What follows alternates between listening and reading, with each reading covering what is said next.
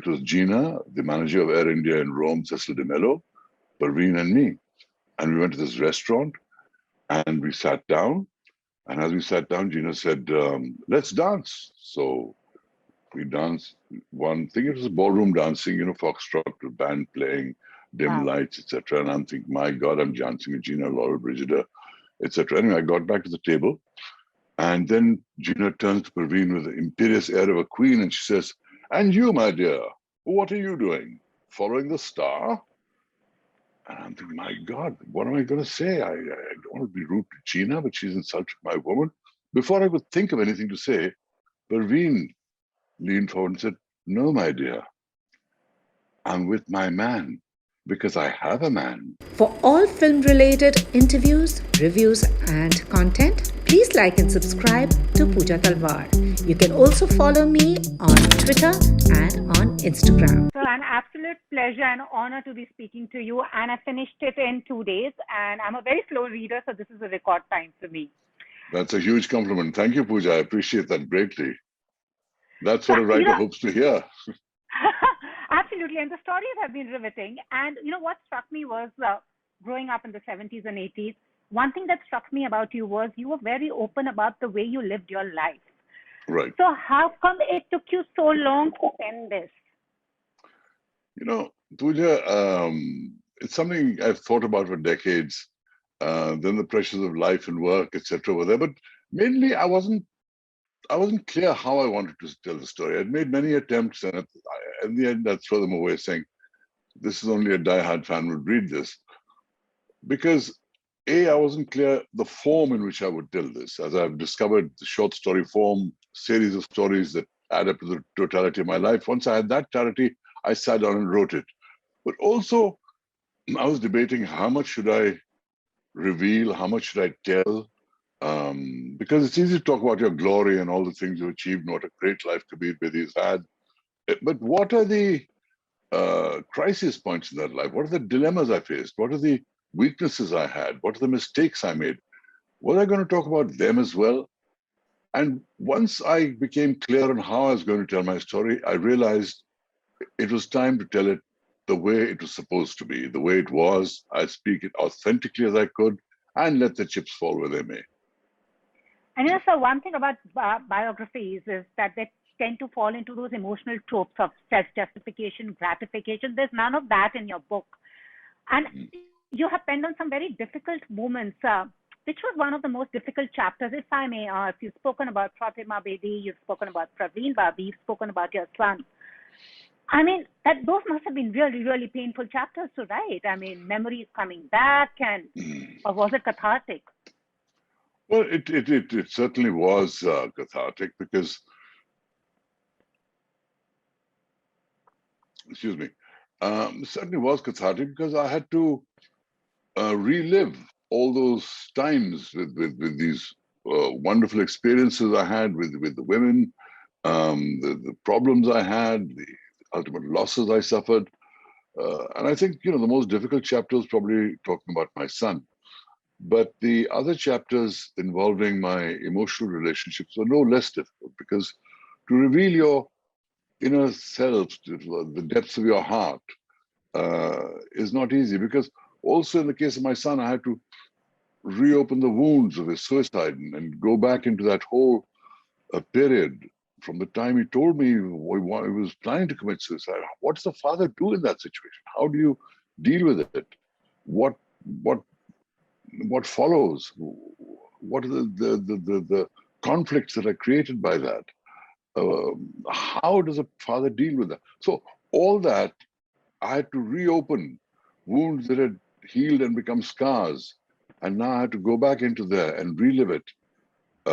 Fortunately, I had kept notes of the time because I wanted to communicate to Protima what was happening to our son. And those notes helped me greatly remember everything that happened in that period. But all those chapters were full of joy and pathos and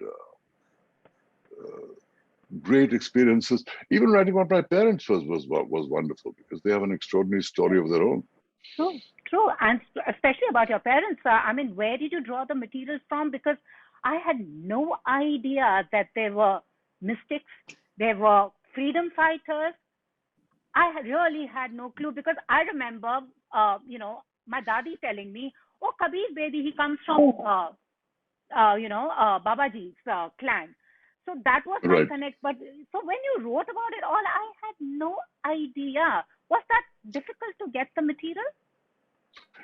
Well, that wasn't that difficult because firstly, I'd heard it in family folklore.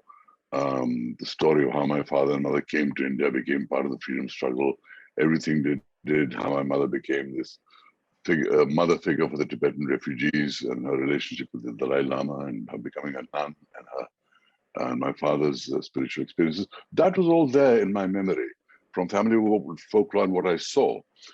I also had a lot of the papers. I had many letters written by them, to them. In fact, 3 books have been written on my mother, and I certainly reading those books enriched a lot of details in my mind that I wasn't aware of before, and I've given credit to those writers for those details. So that wasn't difficult to write in terms of finding the material. I had the material. I gave the writers, these 3 writers, almost all the source material, along with the other family archives that they accessed. So it was just a remarkable story to tell of 2 human beings who transformed themselves from being revolutionaries to being major religious figures. How does this happen? And what does it feel like to be a son of such parents who are so unusual? One a handpicked satyagrahi of Gandhi, the other a communist. These are, it was important that people know not only what kind of background I had, but also what kind of people they were. How people lived in an age of idealism where they gave up everything for the sake of the freedom struggle, for the welfare of others. These are wonderful times that they lived in. I was born in this thing called the huts.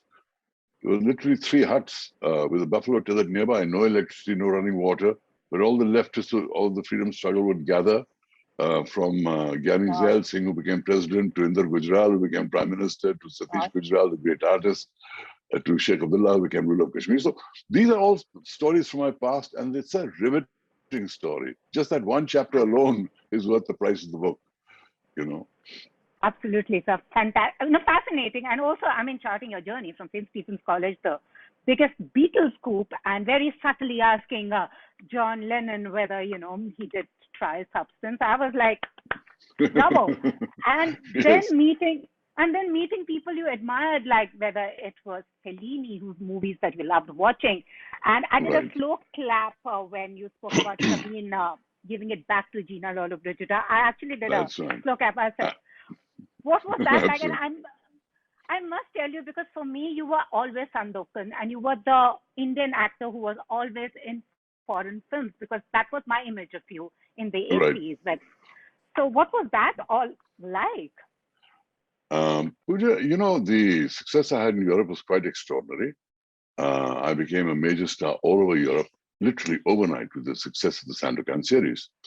So when I went to Italy with Parveen, we were being lionized by everybody. We were on the magazine covers, all the magazine covers. We were on every television show, radio show, etc., newspapers, interviews, media blitz. In the middle of this, I'll recount that Gina story, where GinaLollobrigida invited us for dinner. And at those days, GinaLollobrigida and Sophie Loren were the 2 biggest Italian stars in the world. So to be invited by Gina was huge.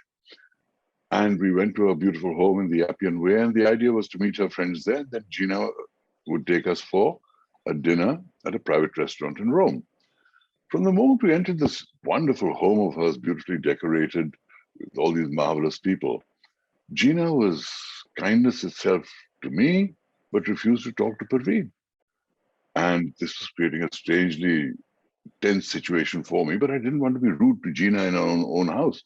Everyone saying Sandokan was this, Sandokan was this. So I'm graciously accepting all these compliments while keeping an eye on Parveen.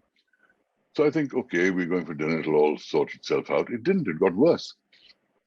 When we went for dinner, it was Gina, the manager of Air India in Rome, Cecil de Mello, Parveen and me. And we went to this restaurant, And we sat down. And as we sat down, Gina said, let's dance. So we danced one thing. It was ballroom dancing, foxtrot with band playing, dim lights, etc. And I'm thinking, my God, I'm dancing with GinaLollobrigida, etc. Anyway, I got back to the table. And then Gina turns to Parveen with the imperious air of a queen, and she says, and you, my dear, what are you doing? Following the star? And I'm thinking, my God, what am I going to say? I don't want to be rude to Gina, but she's insulted my woman. Before I could think of anything to say, Parveen leaned forward and said, no, my dear, I'm with my man because I have a man. Wow. Gina said, oh, she's very clever. She's very clever. Then Parveen said, let us dance. So I got up with Parveen, went to the dance floor. I started dancing with her. She said, I'm leaving. I said, you're leaving the dance floor? She said, no, I'm leaving the restaurant. I said, how can you leave the restaurant? We're guests of GinaLollobrigida. You can't leave the restaurant. So I'm leaving. She may matter to you. She doesn't matter to me. I said, but we are guests. Didn't cut ice at all. And I realized that I was in a real soup. I mean, was I going to insult the star or was I going to honor my woman? And we got back to the table and Parveen picked up her bag and started walking off. And I realized, I said, I have to stay with my woman because it is true. Gina was insulting to Parveen. So I leaned over to Gina and said, Gina, I'm terribly sorry, but we have to leave. I hope you understand why. No, dinner is coming. This is not right, etc. I said, Gina, I'm terribly sorry. I have to leave. And I left with Parveen. Those are the kind of dilemmas that one faced at the time of Sandokan, because, Parveen was a bigger star than me in India when we went to Italy. And suddenly she was seen as an appendage to the star. And in a way, it unsettled her. So when a person like GinaLollobrigida says something to her, you're following the star, it absolutely wounded her to the core. And I can understand that. But it didn't make things any easier. I still had to make those choices and walk out of dinners with Gina. True, sir. And also, I've seen whether it was ProtimaBedi, whether it was Parveen Babi, I think you're drawn to women who are, they were independent, empowered. And that back in the day, in the 60s and 70s. Imagine now in the times of social media, they would have just taken the trolls head on. Imagine. And right. Imagine all this that you've recounted was in the time when we had no Facebook, we had no Twitter. Can you imagine what it would have been like had the social media, if all the circus that it is now today, imagine, sir. Yeah, if people knew we had an open marriage, as I did with Protima, when it ultimately developed to that, it would have been a huge issue on social media. If people knew that my wife had streaked in public, it would have been a huge issue even today. But, Protima was this force of nature. She was just so full of energy, so full of creativity. It was hard to control her, and yet I loved her for that, for all the joy she gave me. But how a normal marriage becomes an open marriage, what are the things that lead to it? How do infidelities begin? How do they go out of control? How does it become an open marriage? All that I've explored in my book. And I think it's important for people to understand how that happens, why that happens, what it is to live in such a situation. And in my case, why it didn't work in the end. So all that I have recounted, I think, with great emotional honesty, not whitewashing any of my weaknesses or my mistakes either. But in that sense, we grew up together. We experienced life in a strange way. We were together for 6 years in a partnership that was moral and immoral, joyful and painful, dramatic and sublime, all those things. And I always count the blessings at the end of the day. What are the good things I got from that? And totally, sir, nowadays, as we were talking about this, these were times in the 70s we're talking about. Now, when, people in public figures announce that they're splitting up, they're going their separate ways, you've seen the circus that unfolds. Right. Right. I mean, what do you have to say about that? I mean, it's everyone's personal choice. I mean, relationships work out, It they is, don't. it is. And when you look at the Aamir KiranRao separation, for instance, in a sense, I'm very glad they did it in an amicable way. Because normally, and I'm sure they went through that trauma before that also, because any separation, any parting is always painful, because it changes everything for you in your life, in your circumstances, in your friends, in your social circle. It changes everything. So, and not to mention the emotional turmoil you go through. So that is something that I'm sure Aamir and Kiran also went through before they came to this amicable phase of separation. I have always prided myself on the fact that I've remained friends with all my ex-wives. In fact, in my book, I printed this wonderful picture of Nikki, who was my wife at the time, and me at a Christmas dinner, Yes. attended by Protima and by Michelle, my American wife. Yes. And all three wives, sitting around a table, sharing laughs and good cheer. And I regard that as an achievement with pride, that I have kept good relationships with my ex-wife. I met all my economic responsibilities, but beyond that, things happen that separate you, whether it's circumstance or whether it's incidents or whether it's emotion. But when you do separate, it's important to remember the good things that brought you together and the goodness that exists in the other person. And I was able to do that, which I'm very proud of. Awesome, sir, because as you've seen these days, many can't even manage to stay with the one that they've been living with for years. And it's just amazing because it takes a lot of emotional maturity, because I'm sure there are hurts. It's difficult to forgive Sure. people for what they have done. Like you've also spoken about Protima when you were away shooting for her first film and she, chose to be with someone else. I could see that anguish, the conflict, but then you chose to be with her because you loved her. But I was also reading this, Parveen Babi, because she's someone I've always admired, growing up in the 80s, because she was our ube, cool, chic chick, she was the bohemian and very fashionable. But I could sense the anguish in the chapter because you loved her immensely, but there was a helplessness because she was dealing with mental health. And today, Yes, recently, we have heard of many cases when like a Sushant Singh Rajput, who also was dealing with that and chose to take that extreme step. So, I mean, back in the day when you knew it was there, but Parveen did not want help, that must have been a very trying time because meant people suffering depression were called mad. As she herself has been saying that they think I'm mad, And even when Sushant's suicide happened, people chose he's not mad. I mean, being depressed is not being mad. You're not mad. It's just a chemical imbalance in your head. I don't know why people don't accept it. It's very important to remove the stigma around it, because the stigma itself creates so many complications. When a person gets afflicted with a problem like that, they fear the stigma.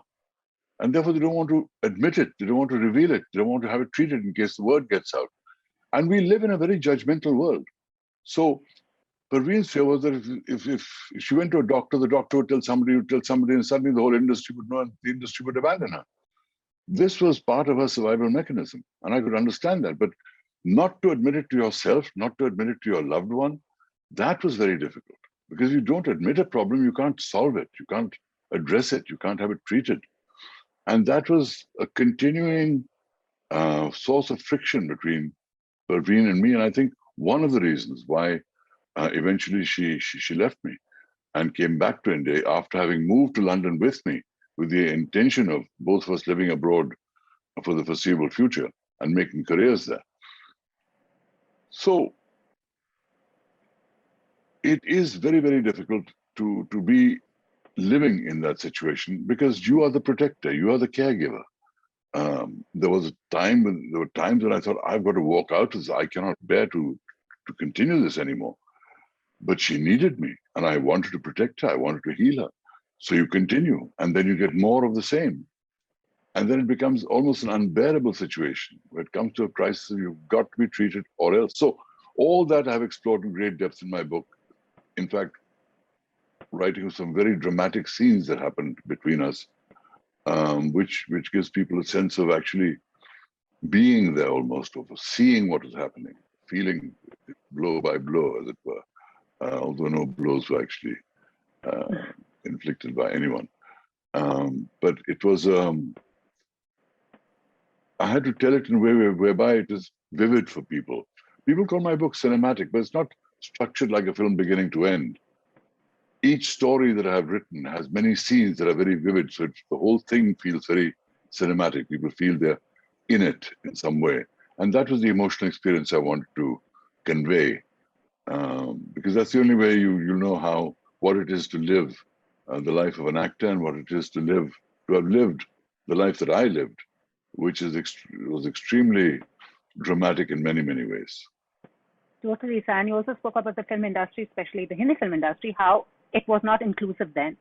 People still, after what happened with Sushant and with a whole lot of others, keep saying it's still not an inclusive place. Do you see something having changed? Because even with Parveen, how she had to hide the aspect that she was suffering under the facade that she had to maintain, that she was okay, she was a big star.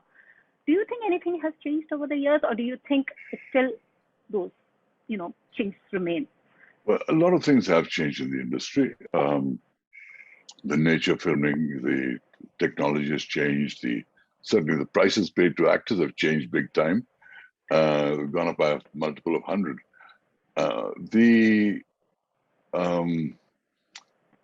corporatization of Bollywood has made it a very different place. It's no longer a bunch of small family-run companies that have arrangements with distributors and become virtually the establishment. Today, the establishment are largely the corporates. And that has changed a lot of things in Bollywood.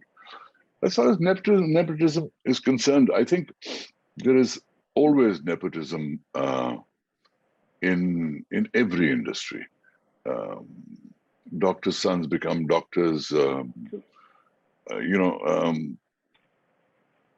It is the fact that a star's son has access to being seen and heard is certainly an advantage, but it doesn't guarantee their success. It doesn't guarantee that they will work. Many cases have been there of people who launched their sons and it didn't absolutely work because either the films didn't work or the boy or the girl didn't have what it took to be a star.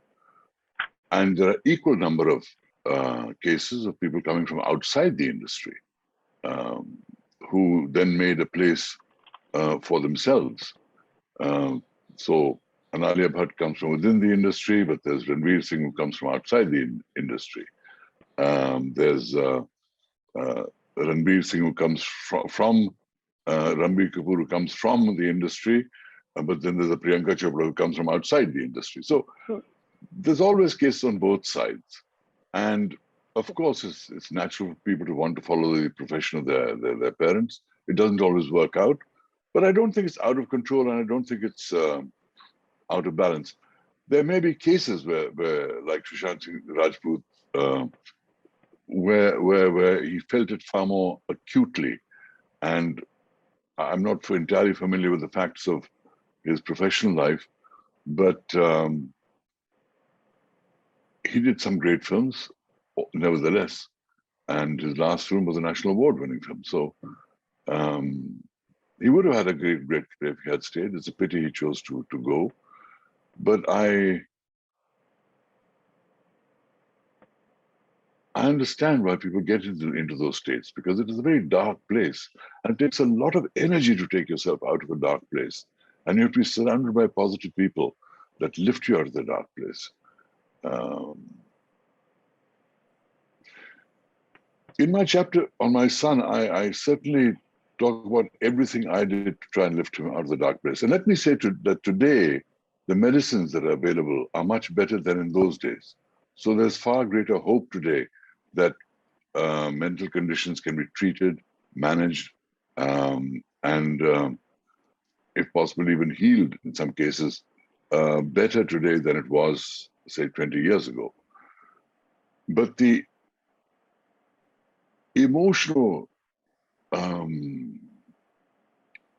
energy that those things drain from not only the afflicted person, but from the caregiver is something very painful to see.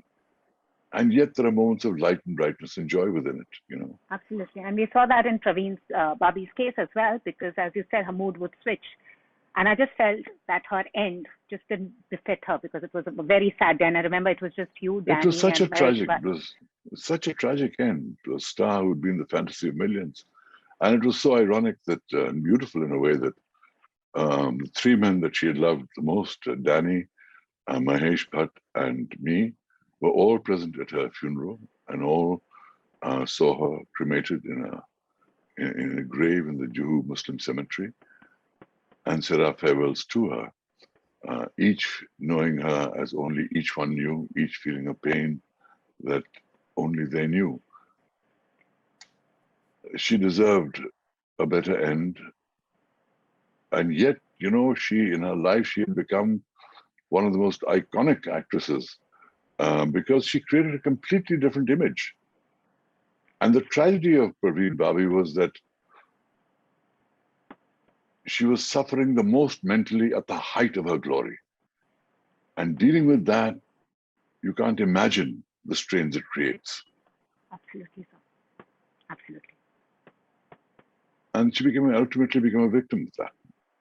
Absolutely. So I totally get that because it's happened with a whole lot of people, and I just hope we do sensitize ourselves towards this. We should, and the stigma should be removed. The stigma should be removed. Absolutely.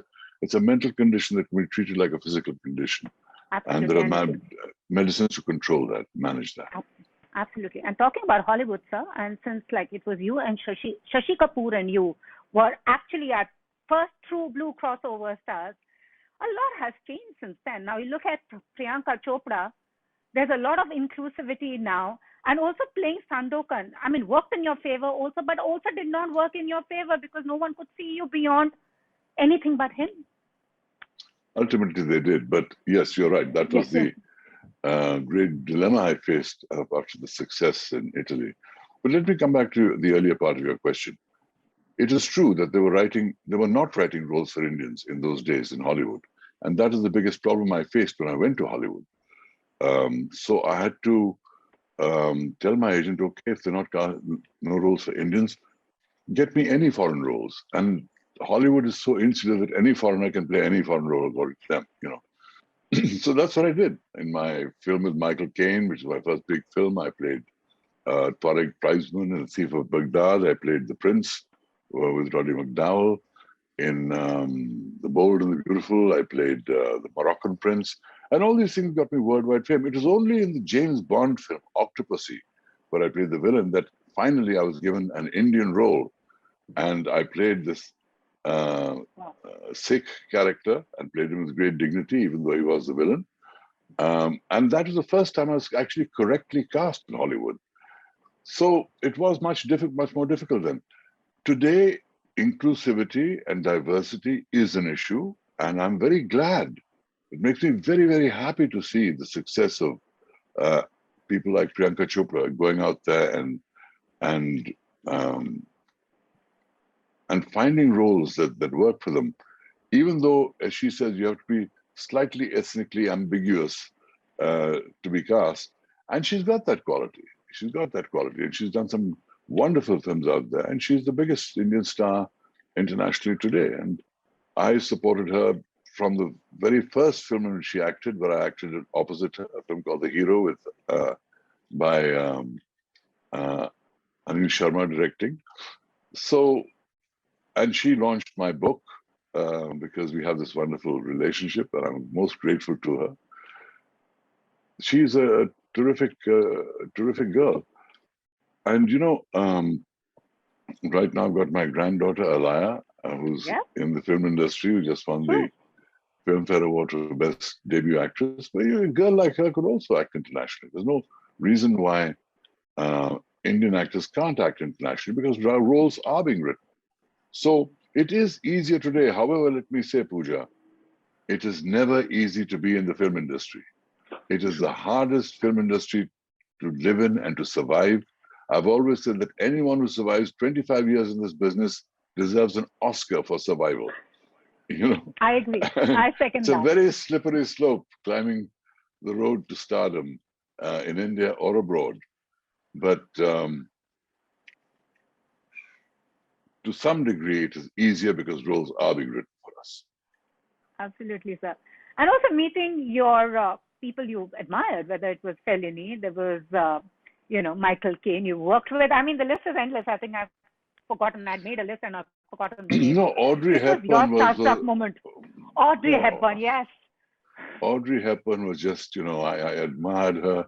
She was one of the actresses of the golden age of Hollywood. She'd won Oscars and BAFTAs, and I'd seen her in so many Wait Until Dark and Breakfast at Tiffany's and all these wonderful films. And so when she came and sat down next to me at this party in Italy, it was one of those surreal moments that the actress that you adore the most in the world is sitting right next to you and wanting to talk to you.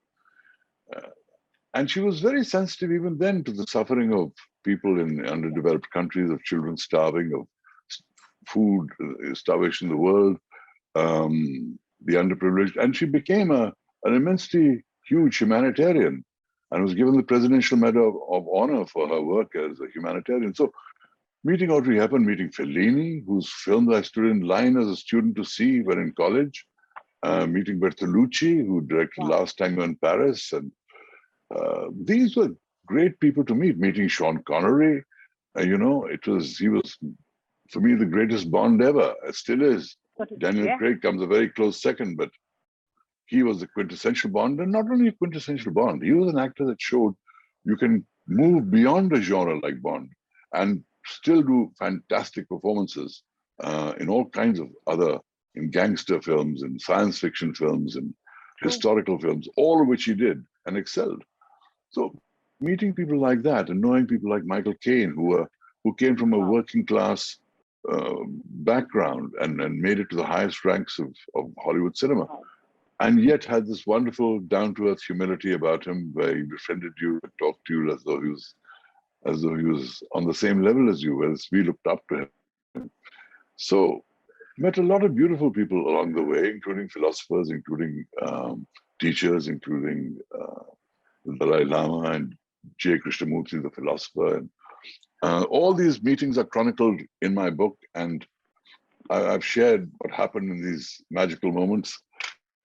Yes, I'm glad you're holding it up. I'll also hold it up. Stories I must tell, the emotional life of an actor. Yeah. And it can be a film, full of all the things I've been talking to Pooja about and much more. It can be a movie, sir. Really can be made into a film. I'm sure it'll find its place as a film or a series or whatever. I'm sure it will. It's got a lot of material in there. And my life, which I think is quite an amazing life in some ways. Absolutely. And I would say it's a very well-lived life, despite the personal losses, financial losses, emotional pain. And how to rise from it, yeah. It's totally, and how to rise from those reverses, yeah. That must have taken a lot, sir, because, it just breaks your spirit. It does. I mean, for all my successes I had in Hollywood, I also, I talk about how I came to a point where I faced bankruptcy. What does it take to go from being a superstar to being bankrupt? That again is a journey full of interesting drama, scenes, events that happen, mistakes you make along the way, which I've shared in great detail with great relish, and how to never let adversity get you down, and how I resurrected my career from there, went on to Italy and came back to Bollywood, and how life continues in many dimensions. All that and more in this book that I wrote. Fantastic, sir. And now they're planning to make a Sandokan with a Turkish star. Let's see how that pans out. But you are everyone's Sandokan for life. And amazing. Well, thank you for that. Thank you for that. I'm sure Kanyaman will be a worthy successor, and I wish him well. And I think Sandokan will benefit by being made with the new technology. But people that saw the old Sandokan will have their own memories of it and their own attachments. So let's see what the future brings. Absolutely. And so have your daughter and granddaughter read the book, and what did they have to say? Parting shot. They both loved it. And Alaya particularly was very vociferous in her praise, because she said, I've heard these stories off and on through family, but I never knew it in such detail. I never knew you lived such a varied life with so many tapestries and colors inside it. I had no idea some of the scenes that you went through, and I was so touched by how openly you shared your life with everybody. So that's the highest praise from Alaya and from my daughter Puja, but also from my ex-wife Nikki. If my ex-wife Nikki strongly endorses my book, I have to say I must have done something right. You have, and also the fact that, as I said when I started the interview, was you've lived your life openly. So, because a lot of time with people is that they tend to hide things, but whether it's a relationships, whether it's a marriage, you just lived life the way it was. So the book is like a worthy read because it's honestly, I'm very impressed. Thank you so much, sir. Thank you so much, Pooja. Appreciate my chat with you. Love chatting to you. And I hope people have learned more about me through our chat and even more through my book. Thank you, Pooja. Absolutely. Thank you, sir. Thank you very much, sir. Bye now.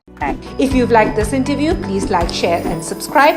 Follow me on Twitter and Instagram.